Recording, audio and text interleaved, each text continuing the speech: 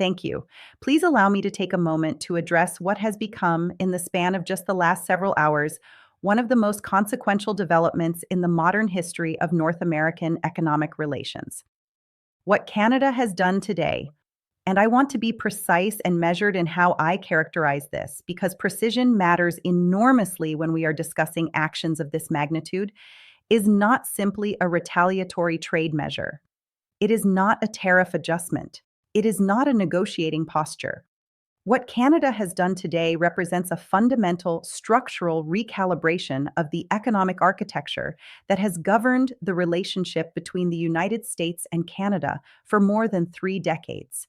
And I think the American people deserve a clear, honest, and thorough explanation of what that means. Not just for markets, not just for the balance sheets of large corporations, but for working families, for small businesses, for the long-term fiscal trajectory of the United States government, and for the credibility of American economic leadership on the global stage. Let me begin with context, because context is everything in economics.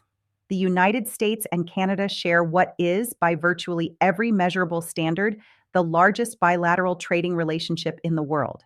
In 2023 alone, the two countries exchanged approximately $900 billion in goods and services. That number is not an abstraction. It represents automobile parts crossing the border at Detroit and Windsor dozens of times before a single vehicle is assembled. It represents Alberta crude oil flowing through pipelines that feed American refineries in the Midwest. Refineries that are not configured, not engineered, and not economically positioned to rapidly substitute that supply with oil from other sources. It represents softwood lumber, aluminum, potash, freshwater infrastructure agreements, agricultural supply chains, and a deeply integrated semiconductor and technology corridor that spans from Toronto to Seattle. When people speak casually about decoupling from Canada, I want them to understand what that word actually means in practice. It does not mean inconvenience. It does not mean a temporary disruption to quarterly earnings. It means a structural shock to the American industrial base that would take years, possibly a decade or more, to absorb, and the costs of that absorption would be borne disproportionately by working class Americans in manufacturing states, in agricultural communities, and in energy-dependent regions that are already navigating significant economic transition. Now, the tariffs that were imposed by the current administration, and I will speak about this with the same candor I have always brought to my public service, were not grounded in sound economic analysis. They were not the product of a deliberative process that weighed long-term structural consequences against short-term political objectives. They were, in my assessment and in the assessment of virtually every credible economist whose work I respect, a significant policy error, not because protecting American industry is an illegitimate goal. It is not, and I have always believed that strategic industrial policy has an important role to play in a modern competitive economy. But because blanket tariffs applied to a deeply integrated trading partner do not protect American industry, they tax it. They raise input costs for American manufacturers. They trigger retaliatory measures that close foreign markets to American exporters. And they introduce a layer of uncertainty into the investment environment that causes businesses, large and small, to delay capital expenditure, to defer hiring decisions, and to restructure supply chains in ways that are costly, inefficient, and frequently irreversible. That last word, irreversible, is the one I want the American people to sit with as they process what Canada has announced today. Because one of the most underappreciated realities of international trade policy is that the damage done by escalating trade conflicts is frequently not linear and not temporary. Supply chains, once restructured, do not simply snap back into their prior configuration when political winds shift. Relationships between purchasing managers and suppliers, once severed, are rebuilt slowly and at significant transaction cost. Investment decisions made in response to trade uncertainty, a factory built in Mexico rather than Michigan, a distribution center established in the United Kingdom rather than Ohio, those decisions have 10, 15, 20-year time horizons. The businesses that made them are not going to reverse them because a new administration eventually decides to de-escalate. The economic literature on this point is unambiguous, and I would encourage anyone who doubts it to examine what happened to American manufacturing communities in the aftermath of the trade disruptions of 2018 and 2019. The tariffs were eventually modified. The jobs, in many cases, did not return. So when I say that Canada has activated what many are now calling the nuclear option, I want to be clear about what I mean by that characterization and why I think it is, for once, not hyperbole. Canada has not simply raised tariffs on American goods in a tit for tat fashion. Canada has done something far more strategically sophisticated and far more economically consequential. Canada has moved to restrict, in a coordinated and legally structured manner, access to several categories of critical inputs and resources upon which significant sectors of the American economy are functionally dependent. They have done this not impulsively, not reactively, but through a process that reflects careful legal preparation, multilateral consultation, and a clear-eyed assessment of where American economic vulnerability is greatest. And they have done it at a moment when the United States is simultaneously navigating elevated inflation pressures, a federal deficit that requires ongoing foreign participation in treasury markets, and a geopolitical environment that demands stable, predictable relationships with allied nations. The timing, I will say plainly, reflects sophisticated strategic judgment on the part of the Canadian government. What does this mean for the White House? It means that the assumptions upon which the current tariff strategy was built, the assumption that Canada would absorb the pressure, that domestic political considerations in Ottawa would eventually force a capitulation, that the asymmetry of the two economies would translate into asymmetric leverage in favor of Washington. Those assumptions have now been empirically tested and found to be incorrect. The administration is not facing a negotiating partner that is looking for a face-saving exit. It is facing a sovereign government that has made a deliberate, public, and structurally consequential decision to impose real economic costs on the United States and to demonstrate to its domestic audience and to the watching world that Canada is prepared to absorb short-term disruption in defense of its long-term economic sovereignty. That is a fundamentally different negotiating posture than anything we have seen from Ottawa in recent memory, and it demands a fundamentally different response from Washington than the one we have seen so far.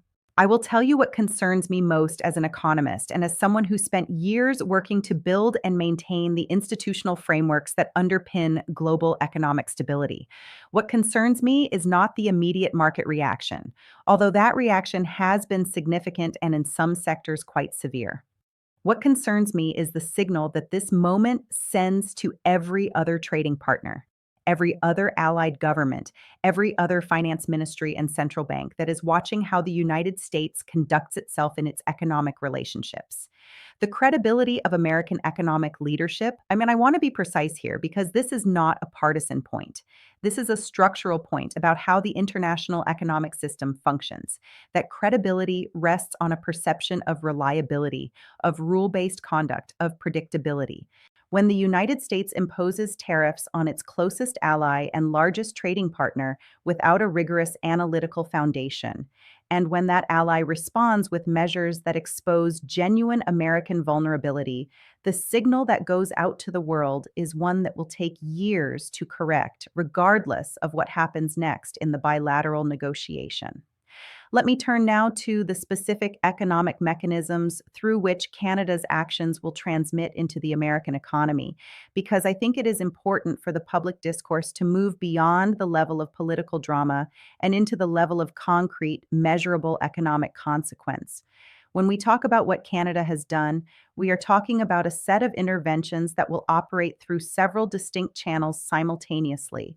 And understanding those channels is essential to understanding both the severity of what is unfolding and the range of policy options available to the American government in response. The first and most immediately visible channel is the energy channel. Canada is, by a significant margin, the largest single source of foreign oil imported into the United States. Approximately 4 million barrels per day flow from Canadian producers, predominantly from the Alberta oil sands, into American refineries, the vast majority of which are located in the Midwest and are specifically configured to process the heavy crude that Canadian producers supply. This is not a detail. This is an engineering and infrastructure reality that cannot be wished away by political rhetoric or resolved by executive order. The refineries in question, in Illinois, in Ohio, in Michigan, in Minnesota, were built, expanded, and capitalized on the assumption of continued access to Canadian heavy crude. They are not configured to process the lighter crude that would be their primary alternative from domestic shale producers or from Gulf Coast imports. Reconfiguring a major refinery is not a project that can be completed in months. It is a multi-year, multi-billion-dollar undertaking that requires regulatory approvals, engineering studies, construction timelines, and capital allocation decisions that no rational board of directors is going to make in the middle of a trade war whose ultimate resolution is uncertain. What this means in practice is that any restriction on Canadian energy exports to the United States, and Canada has now signaled with more clarity than at any previous point in this dispute that energy is no longer off the table as a retaliatory instrument, will translate into tighter supply conditions for Midwest refiners, upward pressure on refinery margins, and ultimately higher gasoline and heating fuel prices for American consumers in precisely the regions of the country that are most economically vulnerable to energy cost increases. I want to be direct about this because I think the American public deserves directness. If Canadian energy restrictions are implemented at the scale that current signals suggest is possible, the inflationary impact on American households in the Midwest could be material, measurable, and sustained. We are not talking about a few cents at the pump for a few weeks. We are talking about a structural supply constraint that, in a worst-case scenario, could add meaningful upward pressure to headline inflation at a moment when the Federal Reserve has been working with considerable effort and considerable success to bring inflation back toward its 2% target. The interaction between a trade war-induced energy supply shock and the Federal Reserve's ongoing monetary policy normalization is one of the most concerning aspects of this situation from a macroeconomic stability perspective, and I do not think it has received adequate attention in the public discussion so far.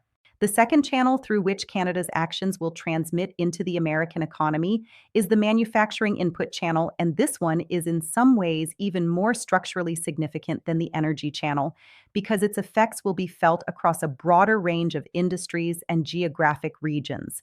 The integrated nature of North American manufacturing, particularly in the automotive sector, but also in aerospace, in defense supply chains, in agricultural equipment, and in a growing range of advanced manufacturing categories, means that Canadian intermediate goods are embedded deeply into American production processes. When we talk about a vehicle assembled in Detroit or in Kentucky or in Tennessee, we are frequently talking about a product whose components have crossed the Canada-US border multiple times in the course of their production. Engine blocks, transmission components, electronic systems, steel stampings, these move back and forth across the border in a continuous, highly optimized supply chain that was designed explicitly to take advantage of the tariff-free environment created by NAFTA and subsequently by the United States-Mexico-Canada Agreement. When tariffs are imposed on that flow of goods, and when Canada responds with measures that further complicate and disrupt that flow, the cost increase does not simply fall on Canadian producers or American importers. It distributes itself throughout the entire supply chain in ways that are complex, often opaque, and frequently regressive in their distributional impact. American auto workers bear the cost when their employers face higher input costs and respond by slowing production, reducing overtime, or making longer-term decisions to invest in automation or to shift production to jurisdictions with more stable trade environments. American consumers bear the cost when vehicle prices rise to reflect higher production costs. American taxpayers bear the cost when economic slowdown in manufacturing communities increases demand for federal support programs and reduces the tax base available to fund public services. These are not hypothetical consequences. They are the predictable, well documented outcomes of trade disruption in highly integrated manufacturing ecosystems. And the economic literature supporting this analysis is extensive and largely uncontested among serious researchers. The third channel is what I would call the financial confidence channel, and it is the one that I think deserves the most careful attention from policymakers, from market participants, and from the public, because it is the channel whose consequences are most difficult to quantify in advance and most difficult to reverse once they have materialized.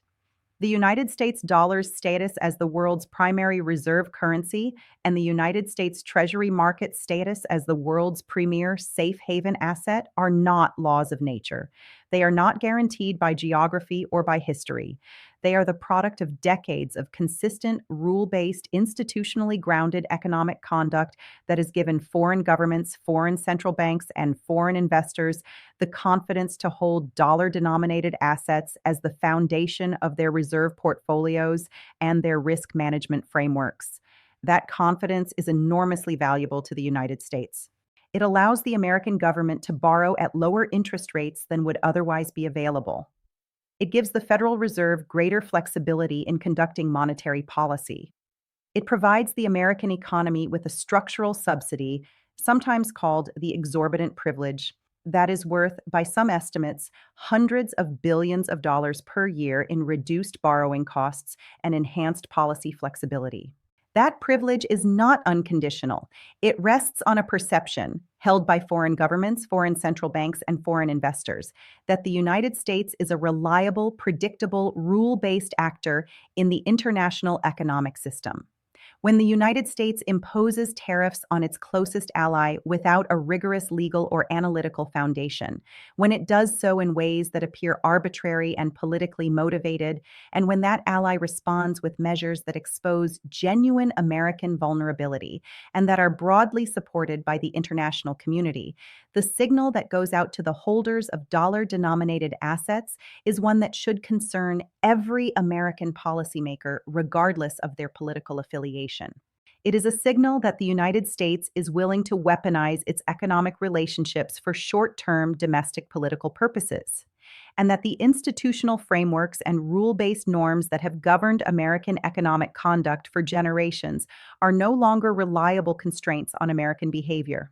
That signal, once sent, is extraordinarily difficult to unsend, and the consequences of a gradual erosion of confidence in dollar denominated assets, even a modest incremental erosion, would be felt across the entire American economy in the form of higher borrowing costs, reduced policy flexibility, and a diminished capacity for the United States government to respond to future economic shocks. I raise this point not to be alarmist and not to suggest that the dollar's reserve currency status is in immediate danger. It is not. The structural advantages that support dollar dominance are deep and durable, and no credible alternative reserve currency is positioned to displace the dollar in the near or medium term. But the margin of safety is not infinite, and the cumulative effect of repeated episodes of economically irrational unilateralism, each one individually manageable, but collectively erosive of the institutional trust upon which dollar dominance ultimately rests, is a risk that deserves to be taken seriously by serious people. Canada's actions today have added to that cumulative erosive pressure in a way that is meaningful, even if not immediately catastrophic, and the American response to this moment will either arrest that erosion or accelerate it. The fourth channel through which today's developments will transmit into the American economy is the agricultural export channel. And I want to spend some time on this one because I think it has been underreported in the coverage of the Canada-US trade dispute, and because its consequences will be felt most acutely by a constituency, American farmers and agricultural communities, that deserves honest information about what is happening to their economic prospects. Canada is one of the largest export markets for American agricultural products. Soybeans, corn, wheat, pork, beef, poultry, dairy. American agricultural producers depend on Canadian market access as a critical component of their revenue base, and that dependence has grown over the decades as American agricultural productivity has expanded and domestic demand has proven insufficient to absorb the full volume of American agricultural output at prices that make farming economically viable. When we examine the agricultural dimension of this trade conflict with the analytical rigor it deserves, we find a situation that is considerably more precarious for American farming communities than the public narrative has thus far acknowledged. The retaliatory measures that Canada has now activated include, according to the information available to me at this time, a structured program of tariffs and non-tariff barriers targeting American agricultural exports across a broad range of categories. These measures have been designed with evident strategic sophistication. They are concentrated in product categories where American producers are most dependent on Canadian market access and where alternative export markets are least readily available, and they are calibrated to impose maximum economic pressure on agricultural states that carry significant political weight in the American electoral calculus. I will not speculate about the political motivations behind that calibration because my role is to analyze economic consequences rather than political strategy, but I will observe that the design of these measures reflects a level of analytical preparation and strategic intentionality that should command respect, even from those who disagree with the policy objectives they are intended to serve. The immediate consequence for American agricultural producers is a loss of market access that will translate with relatively short transmission lags into downward pressure on commodity prices and farm income. When a major export market effectively closes or even partially closes through the imposition of tariffs that make American products uncompetitive relative to domestic Canadian production or third country alternatives, the volume of American agricultural output that was destined for that market must either find alternative destinations or contribute to domestic supply surpluses that depress prices. Finding alternative export markets is not a simple or rapid process. It requires the development of new commercial relationships, the navigation of different regulatory and phytosanitary requirements, the establishment of logistics and transportation infrastructure, and the cultivation of buyer confidence that takes years to build. In the meantime, American farmers face a market environment in which their costs, including energy costs, which, as I noted earlier, are themselves subject to upward pressure from the energy channel of this trade conflict, remain elevated while their revenue prospects deteriorate.